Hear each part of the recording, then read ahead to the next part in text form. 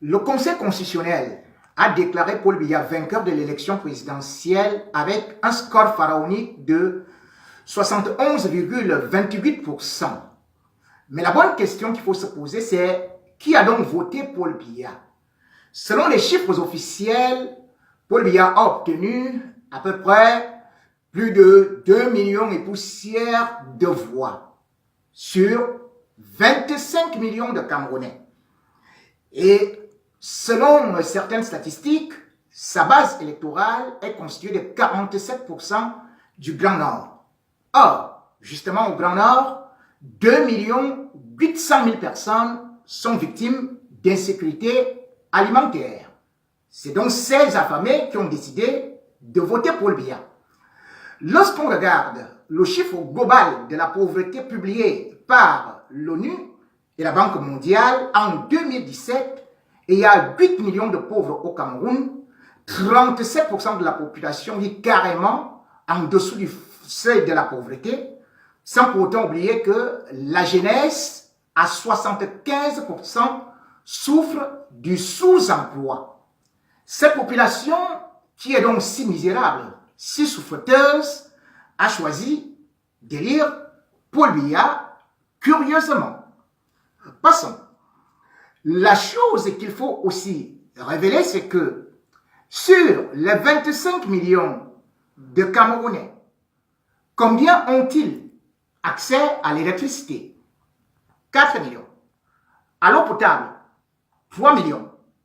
Comment peut-on donc avoir un chef de l'État qui soit aussi considéré comme un demi-dieu, qui ne fait pas de miracles pour sortir ces populations de cette surpauvreté? Comment peut-on donc être si heureux de ce président qui est tout puissant comme Louis XIV irradiant et qui curieusement ne parvient pas à mettre ce pays à l'abri du besoin? La chose qu'il faut remarquer dans cette élection, c'est qu'en réalité, Paul Biya n'a jamais fait l'unanimité. Paul Biya n'a jamais été véritablement élu. Paul Biya a toujours triché. Pour arriver au pouvoir, Paul Biya a bénéficié d'une lettre écrite par le docteur Lupolo Joula adressée à Amadou Ahidjo. Il n'avait donc pas été élu pour entrer comme conseiller spécial à la présidence de la République. Paul Biya a bénéficié d'une modification de la Constitution pour que celui qui devait être le successeur d'Amadou Ahidjo, c'est-à-dire le président de l'Assemblée nationale, ne le soit plus, mais que ce soit le Premier ministre qu'il était. Paul Biya a bénéficié d'autres choses telles que des coups d'État constitutionnels et même sur le plan politique. Paul Biya n'a jamais créé un parti politique. Le seul parti politique qui existait s'appelait l'UNC. Et il a fallu que Paul Biya, par une gymnastique, puisse non seulement voler ce parti Amadou Ahidjo en 1984, mais qu'il le transforme le 24 mars 1985 en RDPC. Paul Biya a basé sa politique sur un livre qui est intitulé « Pour le libéralisme communautaire », qu'il n'a jamais écrit, mais un livre qui a été volé au ministre Senghako. Et lorsqu'on se retrouve avec l'élection présidentielle, que ce soit en 92, Paul Biya a volé l'élection présidentielle à John Fundi. Faisons toute forme de coalition. En 2011, il y a eu 22 candidats. Paul Biya les a battus, il a eu 78%. En 97, même chose. Et cette fois-ci, c'est toujours le même scénario. Qu'on fasse la coalition avec Mahomet, Jésus-Christ, Bouddha, réunis au Cameroun entier, Paul Biya sortira toujours vainqueur avec sa machine à fraude. Certes, il a dit, ne dure pas au pouvoir qui veut. Mais, au prix de quoi Paul Biya a-t-il duré au pouvoir? Derrière ce visage angélique et ce sourire biblique se cache un personnage qui a des mains pleines de sang, qui règne par l'horreur et la terreur. En 1984, le 6 avril, coup d'État ou tentative de coup d'État, Biya fit arrêter 1053 personnes en tenue qui furent exécutées dans des conditions atroces, horribles, dont 255 gendarmes dans les broussailles. D'autres sont passés au poteau et ont été jetés dans des fosses communes. En 1991, quand les étudiants ont manifesté à l'université de Yaoundé, il a envoyé des escadrons de la mort, ont tué des étudiants et brûlé le leader estudiantin. En 2008, lorsque il a voulu falsifier la constitution, les jeunes se sont levés à Douala et ils avaient entre 11 et 14 ans. Il les a appelés des apprentis sorciers. 139 furent exécutés. Les émeutes de la faim, en février 2008, 400 personnes ont été tuées. Et partout, lorsqu'il y a eu un Camerounais qui a voulu lever la tête, Paul Biya a toujours eu exécuté. Il a dit qu'il aimerait qu'on retienne de lui que c'est lui qui a apporté la démocratie au Cameroun. Et pourtant, la démocratie était déjà inscrite dans la constitution du Cameroun depuis 1961. Et il a fallu que le SDF, en mai 1992, plutôt, revendique ce multipartisme, le retour au pluralisme. Monsieur Biya avait refusé. Il avait envoyé son armée écraser les militants du SDF. 6 furent piétinés devant les caméras du monde entier. D'autres furent sommairement exécutés. Ça s'explique que la démocratie ou alors le multipartisme est arrivé au Cameroun. Aujourd'hui, Paul Biya est devenu le père de la nation. Était-il là quand les Camerounais luttaient pour l'indépendance, les vrais nationalistes, tels que Ernest Wandier, Osende Afana, Oumniobe? Il n'y était pas. Était-il là quand les vrais Camerounais voulaient l'unification en 1972, quand il y avait Amadou Ahidjo, Tandem Mouna et Foncha? Non. Il n'a fait que récupérer les acquis des autres.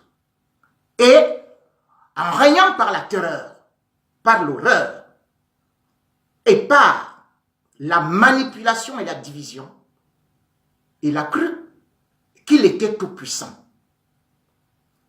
Mais en fait, Biya n'a jamais rendu service au Cameroun. Biya n'a fait que protéger son pouvoir. Biya n'a que créé un système d'apartheid où une certaine oligarchie profite, où certains, un petit conglomérat d'individus, d'ectoparasites, d'endoparasites, sont en train d'appauvrir le Cameroun. Oui, c'est ce système d'apartheid qui fait que Biya dure au pouvoir. Et d'ailleurs, Biya est arrivé au pouvoir au temps de l'apartheid. À cette époque, il y avait Peter Botha. Entre-temps, l'Afrique du Sud a connu 11 présidents. À côté de nous, Biya est arrivé au pouvoir quand c'était Shehu Shagari au Nigeria. Entre-temps, le Nigeria a connu 7 présidents. Biya est arrivé au pouvoir quand c'était Jerry Rawlings, un homme en tenue au Ghana. Mais il a abandonné le pouvoir bien qu'étant trop fort. Et entre-temps, il y a eu 5 chefs d'État au Ghana. Et même en Afrique centrale, où on parle des îlots de la dictature, Biya est arrivé au pouvoir au temps d'Akété au Mali. En ce temps, il y a eu 3 présidents au Mali. Il est arrivé, il y avait Diouf. Entre-temps, il y a eu 3 présidents au Sénégal. Mais pour l'instant, le Cameroun est géré par un autocrate. 36 ans au pouvoir. Il en faudrait encore 7 ans pour qu'il fasse 43 ans. Et c'est pour ça que nous disons, nous n'allons pas cautionner le rétro-monarchisme. Nous n'allons pas cautionner que le Cameroun soit la propriété de Paul Biya. Et c'est pour ça qu'il est temps que le peuple se lève. Qu'on fasse n'importe quelle coalition pour les opposants, jamais un opposant n'arrivera au pouvoir avec Biya. Mais la vraie coalition, c'est celle du peuple. La vraie coalition, c'est maintenant. C'est maintenant qu'il faut se lever. Et j'en appelle au peuple. Non seulement à Paris, ce samedi où nous allons marcher au niveau de ce qu'on peut appeler le Trocadéro, mais aussi au Cameroun. Mobilisez-vous pour dire non à Biya. Mitterrand le disait déjà. Personne, aucun concurrent ne pourra lever la tête devant un dictateur si le peuple ne relève pas le défi. Il est temps qu'on relève le défi. Et c'est pour cela que j'interpelle aussi l'armée camerounaise. Soyez une armée patriotique. Soyez une armée qui ne verse pas du sang. Parce que ceux qui commettront l'erreur de tirer sur les populations auront des comptes à rendre à la postérité et à la justice internationale. Regardez ce qui se passe actuellement au niveau du Burkina Faso.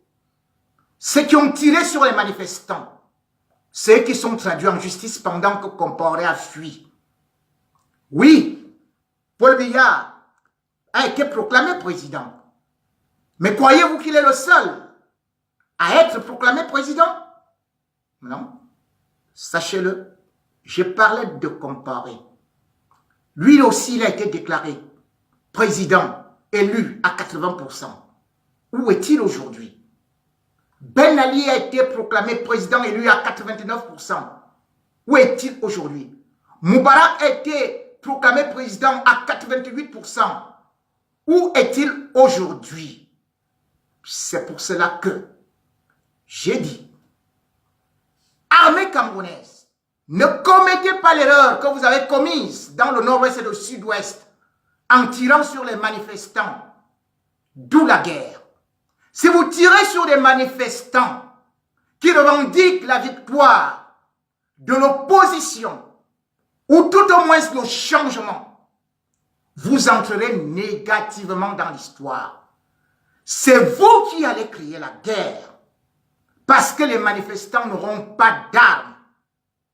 Laissez que les manifestations qui sont inscrites dans la Constitution puissent se faire sur le territoire camerounais. Comme le disait John Kennedy, ceux qui empêchent une révolution pacifique entraînent irrémédiablement une révolution violente.